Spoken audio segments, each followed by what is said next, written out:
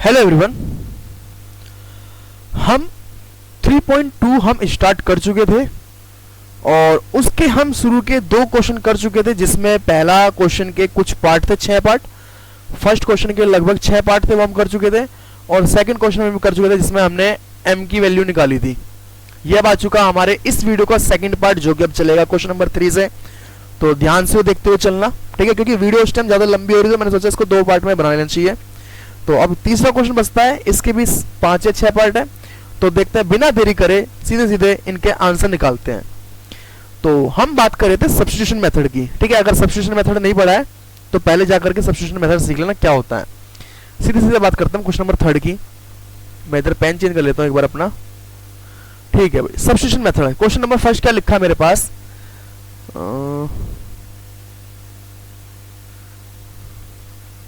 Eraser laser point,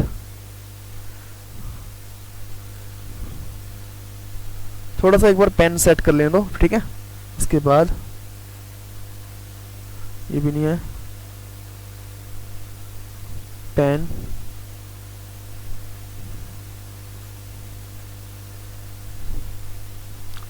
सो present view, arrow option, keep slide.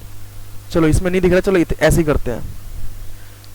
Question number first क्या लिखा है मेरे पास, ये वाला, the difference between 2 numbers is 26।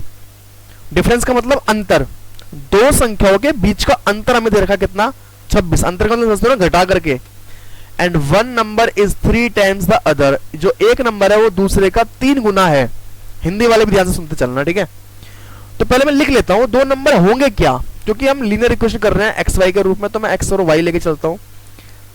Answer इसका निकालते हैं हम, ठीक है। Let the first number is, let the first number is x, second number is, second number को क्या मान लूं मैं, सेकंड नंबर इज y। इनका डिफरेंस बोल रहा है ना, ये लिखा है ना, द डिफरेंस बिटवीन 2 नंबर, इनका डिफरेंस यहां पे लिखेंगे अकॉर्डिंग टू क्वेश्चन या according to given information. Given information, जो क्वेश्चन में हमें इंफॉर्मेशन दी गई है उसके हिसाब से 2 डिफरेंस जो दे रखा है वो 26 दे रखा है। ये मेरी आ गई क्वेश्चन नंबर 1। और क्या कह रहा है, 1 नंबर इज 3 टाइम्स, जो एक नंबर, जाहिर सी बात है ये वाला नंबर बड़ा होगा। 1 नंबर जो है वो दूसरे का 3 गुना है। अगर मैं x बड़ा है और y छोटा है, तो मैं अगर y में 3 से गुणा कर दूं, दोनों बराबर हो जाएंगे। जो छोटा होता है ना उसमें गुणा कर दो। ये जो एक नंबर है वो दूसरे का 3 गुना है, तो मैंने 3 से गुणा कर दी, यही मेरे पास कंडीशन है। अब क्या करूंगा मैं, ये जो 2 इक्वेशन आई है इसको सोल्व करूंगा मैं, किस मेथड से, सब्स्टिट्यूशन मेथड से। ये जो x की वैल्यू तुम्हें दिखाई दे रही है 3y, उठा करके इक्वेशन नंबर 1 में रख दो। Putting x in equation 1। Equation 1 मेरे पास क्या है, ये है x minus y equal to में 26, और यहां पर मैं अगर x की जगह पुट कर दूं 3y, और इधर y और ये 26, ये मुझे देगा 2y, और 2 जाके हो जाएगा डिवाइड, y का मान आ जाएगा 13। तो जब y का मान आ चुका है तो तुम x का भी निकाल सकते हो। उठा करके दूसरी इक्वेशन में रख दो, putting y in equation second.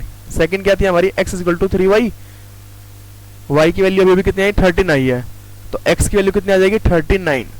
तो ऐसे करके तुम अपना x भी निकाल सकते हो और y भी निकाल सकते हो। उसके बाद लास्ट में बोलना है फर्स्ट नंबर इज कितना, फर्स्ट नंबर 39, और सेकंड नंबर क्या है, वो है 13। ये हमारा फाइनल आंसर है। ऐसे करके तुम अपना आंसर दे सकते हो। चलते हैं इसके सेकंड पार्ट की तरफ। क्या लिखा है सेकंड पार्ट में, the larger of 2 supplementary angle. Supplementary angle किसे बोलते हैं, ऐसे 2 एंगल जिनका सम 180 हो, ऐसे 2 एंगल जिनका सम 180 हो। वो 2 एंगल क्या क्या हो सकते हैं, x प्लस वाई जिनका सम 180 हो, इक्वेशन नंबर 1, ठीक है। लिख लो अभी ये वाली बात यहां पर, इसका सेकंड काम कर रहे हैं। लेट द 2 सप्लीमेंट्री ना, late the first angle, late the first लिख लेते हैं, या 1 एंगल 1 लिख लेते हैं। Let the 1 angle is x, और सेकंड एंगल को क्या मान रहा हूं मैं, y। तो x प्लस वाई को जोड़ूंगा तो कितना देगा, 180 देगा। दूसरी कंडीशन देखो, angles exceed the smaller by 18,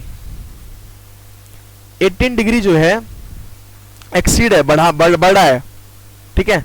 the larger of to supplementary angles exceeds the smaller by, smaller वाले से 18 बड़ा है। जाहिर सी बात है एक्स वाला अगर मैं बड़ा ले रहा हूं तो कितना बड़ा है इससे, ये 18 डिग्री बड़ा है। ये आ गई तुम्हारी इक्वेशन नंबर 2।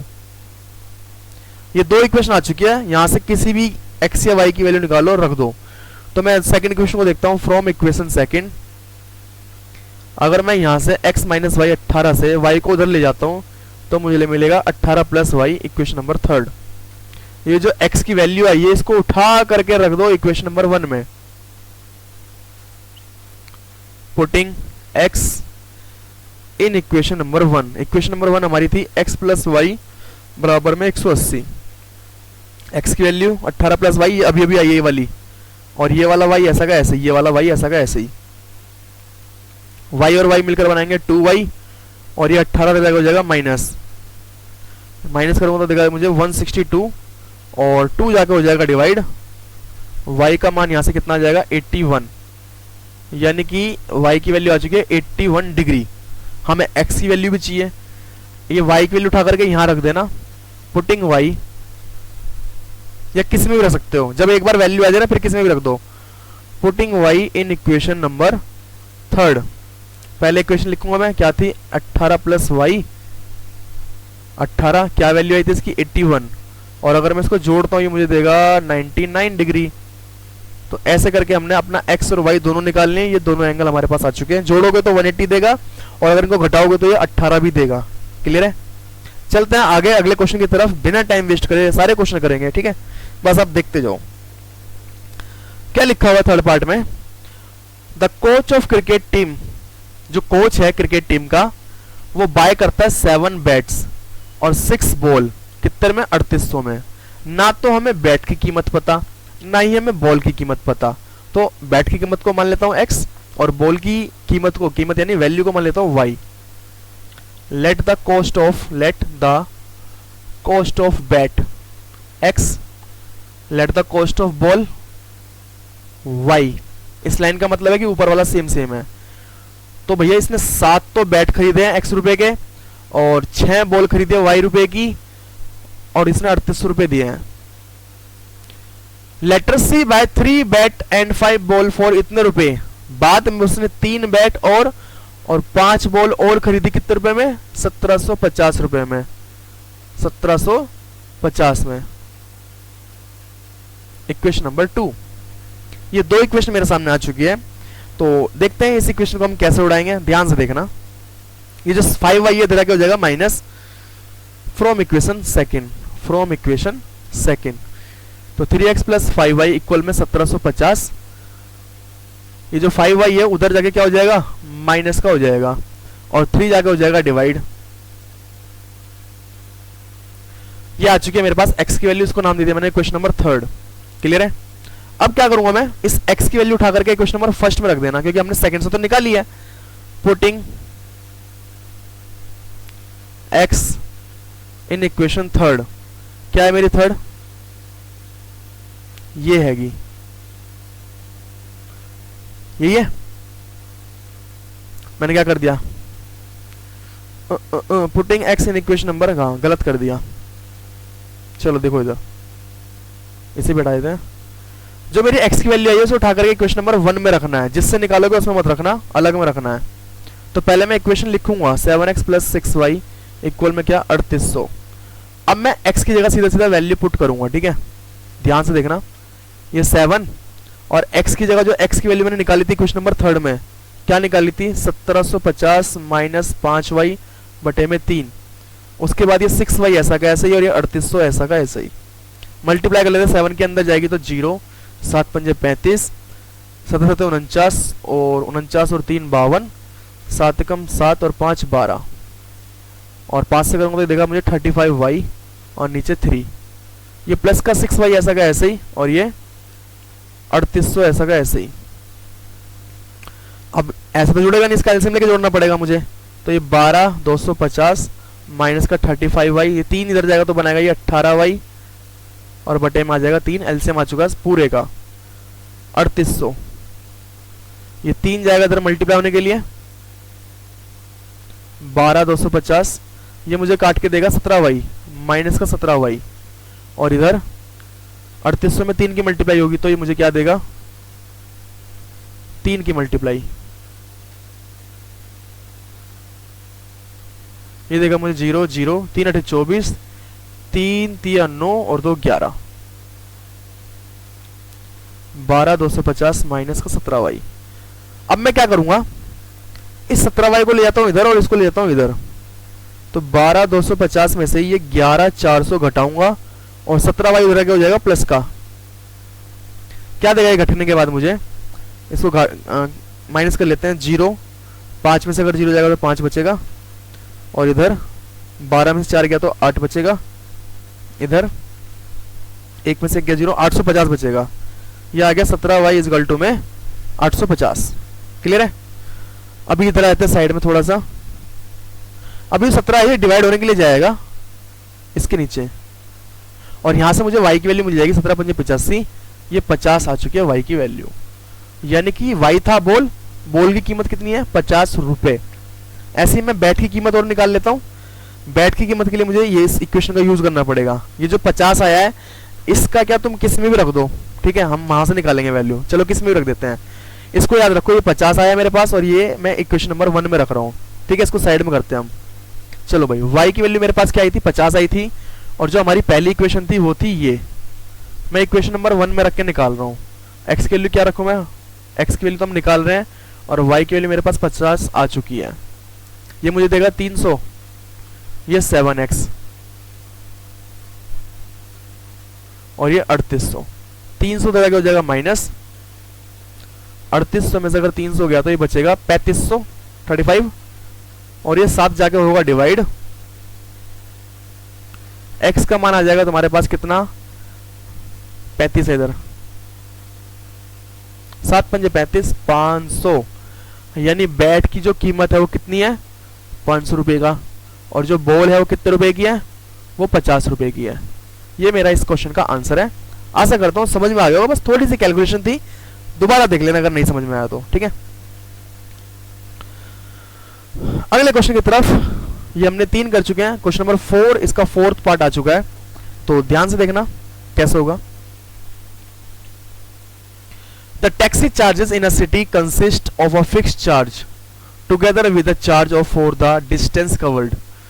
एक टैक्सी है, अगर हम उसको बुक करते हैं तो उसका फिक्स चार्ज तो भैया है ही, वो तो देना ही देना पड़ेगा, with the charge of the distance cover, और जितना तुम डिस्टेंस कवर करके जाओगे, जितनी दूर तुम जाओगे उसका भी तुम्हें चार्ज देना पड़ेगा। तो फिक्स चार्ज भी देना पड़ेगा और तुम्हें वो भी देना पड़ेगा जितना जाओगे। तो दो चीज आ गई ना, एक तो फिक्स चार्ज और जितने किलोमीटर जाओगे उतना चार्ज। तो इसको लिख लेते हैं, let the fix charge. Fix charge कितना हमारे पास, वैल्यू तो है नहीं, x मान लेते हैं, और एडिशनल चार्ज जितने भी किलोमीटर तुम जाओगे एडिशनल चार्ज उसको मान लेते हैं y। क्लियर है। अब देखो क्या पूछ रहा है, फॉर द डिस्टेंस 10 किलोमीटर, ये 10 किलोमीटर चले, द चार्ज पेड 105, 10 किलोमीटर के लिए 105 रुपए देने पड़े। जो फिक्स चार्ज है वो तो दिया ही दिया होगा, और 10 किलोमीटर जितना डिस्टेंस गया वो भी दिया गया होगा, तो ये आ गया 105। क्लियर है। And for a journey of 15 kilometre charge 115, जो फिक्स चार्ज है वो तो दिया होगा, और 15 किलोमीटर का एक्स्ट्रा चार्ज भी, एडिशनल चार्ज भी दिया होगा, तो तब टोटल रुपए दिए 155 रुपए। यहां से तुम देखो 10y और 15y के बीच में 5 किलोमीटर का फर्क है और 50 रुपए का फर्क है ना, यानी कि 5 किलोमीटर और 50 रुपए हिसाब अगर तुम लगाओगे, 5 किलोमीटर और 50 रुपए यानी 10 रुपए के हिसाब से चल रहा है हर किलोमीटर, क्योंकि x तो हमारा फिक्स है यही। तो मैं अगर कहूं y की वैल्यू 10 है, तो एक बार चेक करते हैं कि भैया हर एक किलोमीटर के लिए वो 10 रुपए दे रहा है। अगर मैं y की वैल्यू 10 बोल दूं, इधर देखना, लॉजिकली थोड़ा सोचना, वाकई निकाल के मैं दिखाऊंगा। तो 10 की 10 से गुणा करेंगे, ये देगा 100, और ये कितना 105, इसका मतलब x की वैल्यू मेरे पास 5 होगी। चलो फिर निकाल के देख लेते हैं भैया ये 5 दे रहा है कि नहीं दे रहा। ठीक है, तो इसमें से किसी भी एक इक्वेशन को पकड़ लेते हैं फ्रॉम इक्वेशन फर्स्ट। मैं पहली इक्वेशन से कर लेता हूं, फ्रॉम इक्वेशन फर्स्ट। क्या लिखा है, x प्लस 10y इक्वल में 105, ये 10y उधर आगे हो जाएगा माइनस, और ये x की वैल्यू जो आ चुकी है इसको नाम दूंगा क्वेश्चन नंबर 3। उठा करके ये x की वैल्यू सेकंड इक्वेशन में रख दो, putting x in equation second. पहले मैं इक्वेशन सेकंड को लिखूंगा x प्लस 15y इक्वल में 155, और इसमें x की वैल्यू क्या है मेरे पास 105 माइनस 10y, इधर ये 15y और 155, ये 105 इधर आगे हो जाएगा माइनस 10 में से 15 अगर घटाऊंगा तो देगा 5y, और इधर 155 में से 105 घटाना जो कि मुझे देगा 50, 5 जाके हो जाएगा डिवाइड। मैंने शुरू में आपको क्या बताई थी कि y की वैल्यू 10 आने वाली है, यानी हर किलोमीटर के लिए वो 10 रुपए दे रहा ही दे रहा है। अब चलो ये आ चुका है तो मेरे को x की भी निकालनी पड़ेगी जो कि मैंने बता चुका हूँ 5 आएगी, तो निकाल के भी दिखा देता हूँ कि 5 कैसे आएगी। दूसरी स्क्रीन पे चलता हूँ, एक y की वैल्यू याद रखो और एक इक्वेशन यहाँ से उठा लो कोई सी भी, x प्लस 10y 105। चलो y की वैल्यू क्या आई थी 10, और एक इक्वेशन हमारे पास थी x प्लस 10y इक्वल में 105, ये इक्वेशन थी। अगर मैं इसमें वैल्यू पुट कर दूं 105, ये मुझे देगा 100, 100 हो जाएगा माइनस, और x की वैल्यू कितनी आ जाएगी 5। ऐसे करके तुम अपना x की वैल्यू और y की वैल्यू दोनों निकाल सकते हो कि फिक्स जो चार्ज था वो 5 रुपए था और जो एडिशनल चार्ज है वो 10 रुपए है। ठीक है, चलते हैं आगे अगले क्वेश्चन की तरफ। ठीक है, अभी हमारे पास इसके 2 क्वेश्चन और हैं, क्वेश्चन नंबर 5 और क्वेश्चन नंबर 6, फिर उसके बाद 3.3 चलेगी, वो अगली क्लास में। अभी के लिए हम ये करते हैं ये दोनों क्वेश्चन। क्वेश्चन नंबर 5 क्या लिखा है, a fraction become 9/11 if two added both numerator and denominator. हमें न्यूमरेटर और डिनोमिनेटर दोनों ही नहीं पता क्या है, न्यूमरेटर को x मान लेता हूं, डिनोमिनेटर को y मान लेता हूं। लेट द, देखो न्यूमरेटर यहां पे लिखा हुआ है, ठीक है, let the numerator is, numerator को मैंने मान लिया x और डिनोमिनेटर को क्या मान लेता हूं मैं y, डिनोमिनेटर को मैंने मान लिया y, denominator is y। If two added to both numerator and denominator, अगर मैं न्यूमरेटर में भी और डिनोमिनेटर में भी 2 जोड़ दूं तो ये फ्रैक्शन बन जाता है 9/11। अभी इक्वेशन बनी नहीं है, इसको इक्वेशन बनाते हैं। ये 11 जाएगा इधर, 11 x प्लस 2, और ये जाएगा 9 के पास 9 y प्लस 2, ये मुझे देगा 11x 22, ये मुझे देगा 9y 9 दूनी 18, 9y को ले जाओ इधर जाके माइनस, और 22 को ले आओ इधर, जो फाइनल इक्वेशन आई है निकल के वो आई है ये इक्वेशन नंबर 1। ठीक है, तो ऐसे हमारे पास इक्वेशन आ चुकी है पहली। दूसरी इक्वेशन की कंडीशन देखो क्या लिखा है, if 3 is added to both numerator and denominator. अगर मैं 3 ऐड कर दूं न्यूमरेटर में भी और डिनोमिनेटर में भी, इट बिकम 5/6। ये कितना बन जाता है 5/6। इसको ले जाओ इधर, 6 मल्टीप्लाई x प्लस 3 और 5 multiply y plus 3, cross multiply करिए, ये इधर जाएगा दोनों के दोनों, ये देगा मुझे 6x और ये देगा 18, ये देगा मुझे 5y और ये देगा मुझे 15। ठीक है, y वाले को ले आओ इधर, माइनस का 5y और 15, 18 उधर आगे हो जाएगा माइनस, यहां से मुझे इक्वेशन क्या मिलेगी 6x माइनस 5y इक्वल में माइनस का 3, ये भी दूसरी इक्वेशन आ चुकी है। एक बार चेक कर लेते हैं, कुछ डाउट तो नहीं है कहीं। 5 या 15 6 या 18 ओके है, और इधर 11 दूनी 22 9 दूनी 18, इधर माइनस का 4 आएगा, 18 में से 22 घटाऊंगा तो माइनस का 4 आएगा। ठीक है, ये तो 2 इक्वेशन आपके सामने आ चुकी है, ये वाली और ये वाली। आपको इन दोनों को सोल्व करना है। ठीक है, आप मुझे सोल्व करके कमेंट में आंसर बताओगे कि x की वैल्यू क्या आई है और y की वैल्यू क्या आई है। ठीक है, तो मैं आपके कमेंट का वेट करूंगा, देखता हूं कौन कौन बच्चा कमेंट करेगा, और कमेंट के साथ अपना नाम भी भेजना।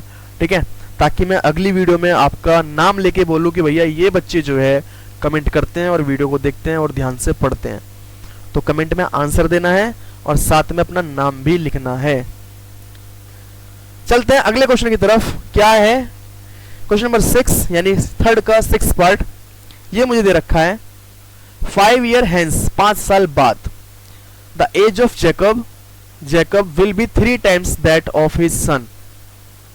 जैकब की जो एज है वो 3 गुना हो जाएगी।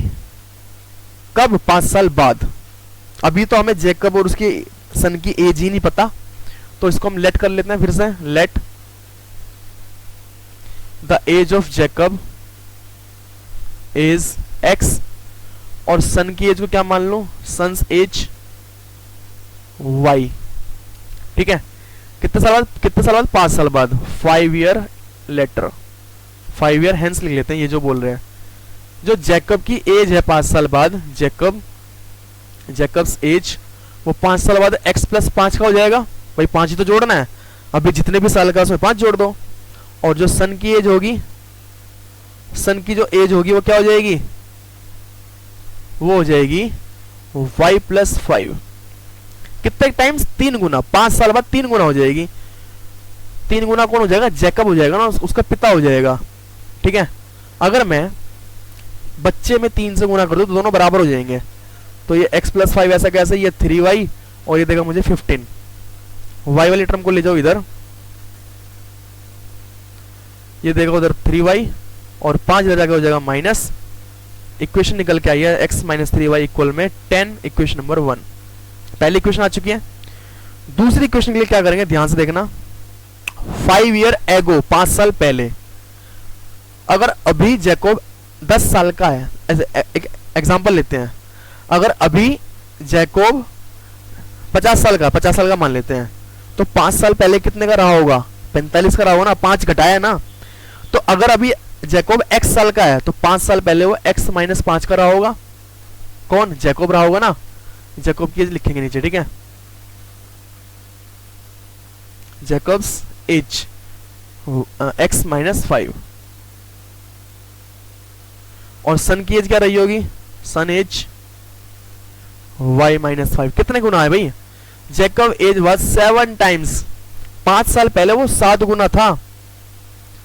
तो अगर मैं उसके बच्चे में 7 से गुणा कर दूं तो दोनों बराबर हो जाएंगे। ये लो 7y, 7 पंजे 35, 7y को ले जाते हैं उधर और 5 को ले आते हैं इधर, ये मुझे देगा कितना, ये मुझे देगा माइनस का 30, इक्वेशन नंबर 2। ये 2 इक्वेशन निकल के आई है और इन दोनों इक्वेशन को सोल्व करना है और सोल्व करके मुझे आंसर बताना है। x और y की वैल्यू निकाल के बतानी है।